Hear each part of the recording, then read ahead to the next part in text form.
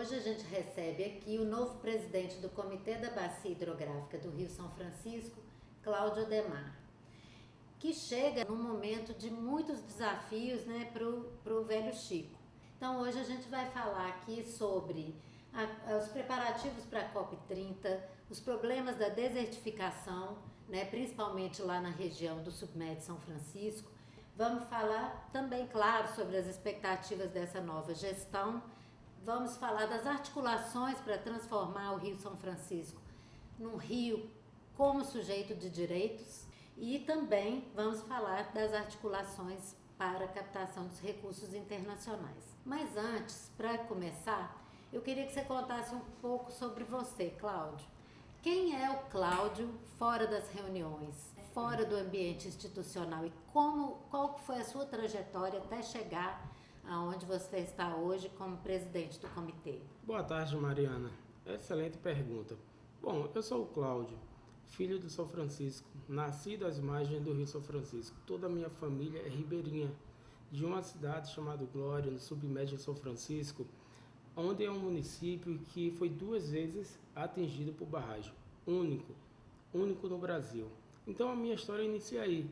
Nós fomos atingidos por barragens, nossas terras foram desalojadas, tivemos que dar espaço ao progresso, à produção de energia elétrica. Então comecei iniciando pela defesa social das famílias atingidas por barragem. Então participei de movimentos sociais, comunidades eclesiais de base da Igreja Católica e cheguei ao movimento, né, populares e de defesa da sociedade, a partir do pensamento de Milton Santos, que é a defesa do território de identidade, território de cidadania, que é o caso dos baianos, e aí eu desenvolvi uma política territorial. De repente, um dia passando, percebi a propaganda sobre o processo eleitoral do comitê. Me identifiquei e falei, olha, eu me identifico com o velho Chico, eu sou ribeirinho, sou produtor, então eu vou entender o que é esse processo eleitoral. E aí tentei, lá naquele momento, 9 anos atrás, entrei como suplente, fui participar da CESTIL, da Câmara Institucional e Legal, coordenei grupos de trabalho.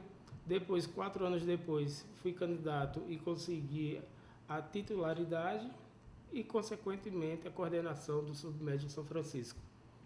E na última eleição, né, por confiança dos meus pares do submédio, os baianos e pernambucanos, tanto da região do submédio como do médio, resolvemos que o comitê deveria ter um candidato daquela região, né? E aí, para minha surpresa, né, fomos eleitos de forma unânime e hoje estou aqui como presidente do comitê com essa batalha. E quem é o Cláudio fora do comitê? O Cláudio é produtor. Sou aquicultor, produzo tilápia às margens do Rio São Francisco, dentro de uma área com capacidade de suporte completamente legal, né, respeitando o aspecto social, econômico, ambiental e hídrico da bacia. E também sou produtor rural, né, tenho uma pequena propriedade de 12 hectares, onde eu tenho produção agrícola às margens do São Francisco. É bom ouvir uma trajetória bonita como essa, Cláudio. A gente percebe que ela se mistura, né, o trabalho do comitê e a própria história da bacia mesmo, né? E com essa bagagem toda que você tem, com esse caminho que vem desde dentro, quais são as principais ações que você pensa agora para o comitê, as prioridades? Olha, as prioridades nesse momento, a principal prioridade é evidente que é fortalecer a revitalização do Rio São Francisco. A chamada revitalização, todos sonham há décadas, que todos imaginam, que muitos falam, mas que de fato a gente não vê uma revitalização na velocidade necessária e que o São Francisco precisa.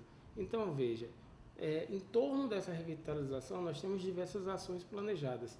Primeiro eu quero contribuir com uma gestão participativa, descentralizada e focada no planejamento estratégico, de forma que a gente possa avaliar onde nós estamos nesse momento como comitê, aonde queremos chegar, quando e de que forma.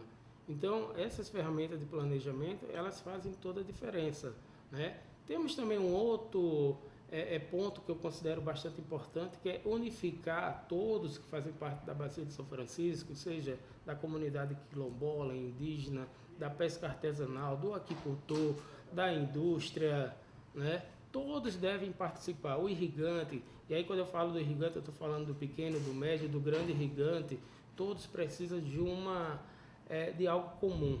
E que algo é esse? A água em quantidade e em qualidade. Eu sei que temos diversos atores e diversos interesses em relação à água na Bacia de São Francisco, mas a gente tem que dar as mãos, a gente tem que se juntar em defesa do São Francisco. A gente fica muito feliz, né, em escutar que a sua gestão ela vai além da formalidade das reuniões. Eu queria entrar um pouquinho agora no assunto das mudanças climáticas. O Rio São Francisco, a Bacia do Rio, o Brasil, o mundo inteiro, né, tem sofrido muito com essas mudanças climáticas. Qual que é o papel do comitê frente aos impactos que essas mudanças vêm causando, né, principalmente na Bacia de São Francisco? O primeiro papel, agora em 2026, nós iremos revisar o plano de bacia do São Francisco. Por que isso é importante falar aqui, Mari? Porque o nosso plano, que foi construído em 2015, ele não tem praticamente uma atenção, digamos, especial à mudança climática. Há uma década atrás, esse não era um assunto que estava tão relevante, né, tão significativo como está agora. Então, no nosso plano, que será revisado em 2026, a gente vai corrigir e ter um capítulo especial focado na questão das mudanças climáticas. E as mudanças climáticas trazem um contexto que afeta diretamente a vida do homem do campo que sobrevive do Rio São Francisco.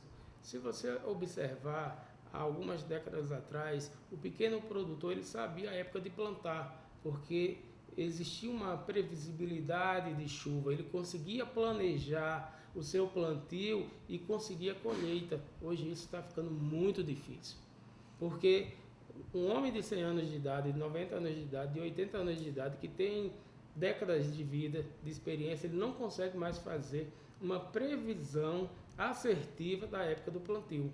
Então, isso significa o quê? Na prática, está existindo um efeito da mudança climática que está afetando o modelo de vida das pessoas. Na minha região do submédio de São Francisco, por exemplo, nós estamos sofrendo muito com a questão da área classificada como árida, né?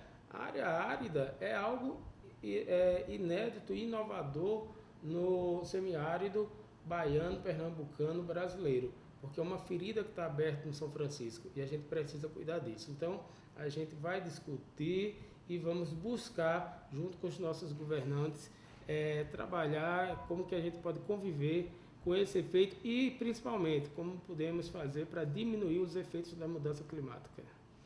Muito bom, Cláudio. E falando em clima, está chegando aí a COP30, né, que é a 30ª Conferência da ONU sobre o Clima. E o comitê vai participar. Vamos ter um stand. Como que estão os preparativos? Conta pra gente. Então, o comitê ele vai participar da COP com o stand, né? Alugamos o stand e será um espaço que será compartilhado com os assuntos mais caros do São Francisco. Primeiro, todos os atores do São Francisco poderão ocupar o espaço desse stand. Não vai ser apenas um stand como área de apoio para a diretoria do São Francisco, mas será um stand que traga visibilidade às questões do São Francisco. Vai ter mesa para reuniões, negociações, vai ter espaço, né, para palestra, para mini cursos, se for necessário. Enfim, a gente vai ter um espaço onde a gente vai poder levar propostas, discussões sobre as comunidades, sobre a irrigação, sobre a indústria, sobre o setor elétrico. Todo mundo que faz parte do São Francisco vai poder ocupar esse espaço. Mas o principal objetivo é intercâmbio, é conversar com as pessoas e levar a mensagem de São Francisco. Qual é a principal mensagem de São Francisco? Olha, a mensagem é: a bacia amazônica ela é importante, mas a bacia do São Francisco também é. Os nossos biomas também são importantes, como a Caatinga, como o Cerrado e outros biomas. A gente precisa fazer com que os nossos governantes e os nossos visitantes que vêm de outros países, eles percebam que o São Francisco é esse rio da integração tão bonito, tão especial, tão agregador, né? E que nós temos outros biomas que também precisam de investimentos internacionais e precisam de apoio, precisam de cuidado e precisa ser salvo. Bom, falando em investimentos internacionais, né? A gente tem acompanhado e você tem falado muito sobre abrir o comitê para o mundo, sobre articular com órgãos internacionais e nacionais também para a captação de recursos para o comitê. Como que estão essas articulações? Veja, Mariana, o Comitê de São Francisco é um dos comitês que cobra um menor valor pela taxa de utilização da água bruta, né? Ou seja, a outorga. O valor ele é muito pequeno e é notório, e todo mundo que acompanha a política de recursos hídricos sabe que o valor da cobrança ele é insuficiente e muito pequeno para trazer a tão chamada, esse sonho de revitalização do Rio São Francisco. A gente precisa de parceiros, precisa de recursos. E que recursos são esses? Nós temos recursos nacionais e internacionais. Temos que buscar esses parceiros. Então, a gente está preparando, né? A gente está começando a relacionar quem são esses possíveis parceiros. Já comecei a realizar algumas visitas, como fui no Itamaraty, já estou procurando a classe política, senadores, deputados, e vamos começar a ter uma reunião no dia 5 com o PNUD, né? Lá em Brasília, que é um órgão relacionado às Nações Unidas, e a gente vai buscar todos os parceiros possíveis, porque eu acredito que dessa forma a gente consegue fortalecer, né, a aplicação de recursos para a gestão da Bacia de São Francisco e também para a revitalização da bacia. Recentemente, o comitê iniciou conversas com o tema Fundo Eletrobras, ou seja, para voltar a fazer parte do comitê gestor do Fundo Eletrobras. Como que está o andamento disso? Então, veja, o comitê gestor do Fundo Eletrobras, ele é 100% hoje composto por ministérios, né? Ou seja, não tem representação da sociedade civil. Quem representa a sociedade civil na Bacia de São Francisco é o Comitê de Bacias, que tem na sua composição toda a sociedade civil, como quilombolas, pescadores, você tem o usuário, né, seja ele da indústria, seja ele irrigante, você tem os governantes, porque você tem espaço para prefeitura, estados e união. Então o comitê ele é composto por todos da bacia. E o comitê ele não tem um assento, né, no comitê gestor do Fundo Eletrobras. Então estamos reivindicando, estamos tentando sensibilizar o governo federal, estamos conversando com a classe política, porque é necessário e é justo e é legal que o comitê faça parte, né, do conselho do comitê gestor do Fundo Eletrobras. Esse fundo ele vai ser aplicado em São Francisco. Então, a sociedade de São Francisco precisa ser ouvida e precisa participar da decisão política de onde vai ser aplicado o recurso do Fundo Eletrobras. Cláudio, um tema que vem ganhando força nos últimos tempos é a questão dos rios como sujeito de direito. Como que você vê esse debate e o que isso traria, assim, digamos, de vantagem para o Rio São Francisco? Veja, Mariana, hoje o rio como sujeito de direito é uma realidade, não no Brasil. O nosso ordenamento jurídico ainda não reconhece os rios brasileiros como sujeito de direito. No entanto, nós já percebemos que outros países da América do Sul já o fazem.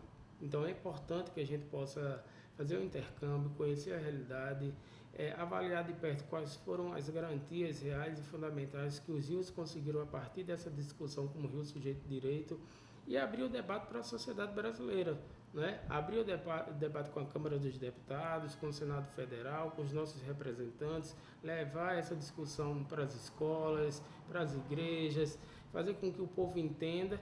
E eu acho que a partir do debate a gente precisa resolver. É importante para o São Francisco, é importante para os rios do Brasil, né? E o que a gente pode conseguir? Justamente direitos para o Rio São Francisco. Hoje nós temos direito a consumir a água, né? A água está aí para servir a sociedade. Mas quais são os direitos do rio? Será que ele não tem direitos? Então a gente precisa fazer com que a sociedade reflita e decida, né? Eu sou a favor do rio como sujeito de direito, é a minha opinião particular.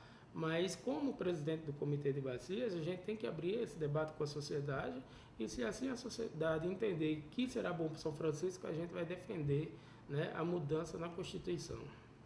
Para a gente fechar essa entrevista, Cláudio, se a gente pensar lá na frente, o que você gostaria de ter deixado como legado para a Bacia do São Francisco e para o comitê? Mari, veja, se daqui a 4 anos, que é um tempo curtíssimo, né, eu consegui com que os membros do São Francisco olhem para o São Francisco e não para seus segmentos, já será uma vitória enorme. É disso que a gente precisa. Eu sei que todos precisam de água, mas a gente precisa deixar de olhar para o nosso umbigo, né, para aquela história, farinha pouca, meu pirão primeiro, porque quando a gente está passando por escassez hídrica, cada um quer cuidar da sua parte e a gente precisa olhar para a bacia de São Francisco. A gente precisa olhar para esse rio e entender que ele é nosso, ele não é meu, mas ele é nosso, ele é da sociedade e da coletividade, ele é de todas as pessoas da bacia. Então a gente precisa olhar para a bacia, unir as mãos e defender esse velho Chico. Então, para mim, esse vai ser meu grande legado, levar essa informação à sociedade, criar esse sentimento na sociedade para que daqui a 4 anos a gente sinta que o São Francisco ele está maior, mais forte, mais vivo, com mais pessoas defendendo o velho Chico. Veja, hoje, só na bacia do velho Chico, sem contar com os rios receptores, que são aqueles estados da transposição, nós já somos 20 milhões de brasileiros. 20 milhões de brasileiros, mas eu digo a vocês, são 20 milhões de brasileiros que eu sinto que ainda tem vozes muito silenciosas ou silenciadas, né? A gente precisa que aumente essa voz, aumente esse calor, aumente essa vontade, essa sinergia com o Rio São Francisco. É necessário que as pessoas se identifiquem com o Rio São Francisco e eu defenda, porque ele tem dado muito à nossa sociedade e a gente precisa se doar um pouquinho ao velho Chico. Cláudio, muito obrigada por ter compartilhado a sua história, sua visão, toda a experiência, né? Todas essas informações sobre a gestão do comitê. A gente te deseja muito sucesso nessa nova jornada e que a gente esteja sempre junto nessa luta em defesa do Rio São Francisco.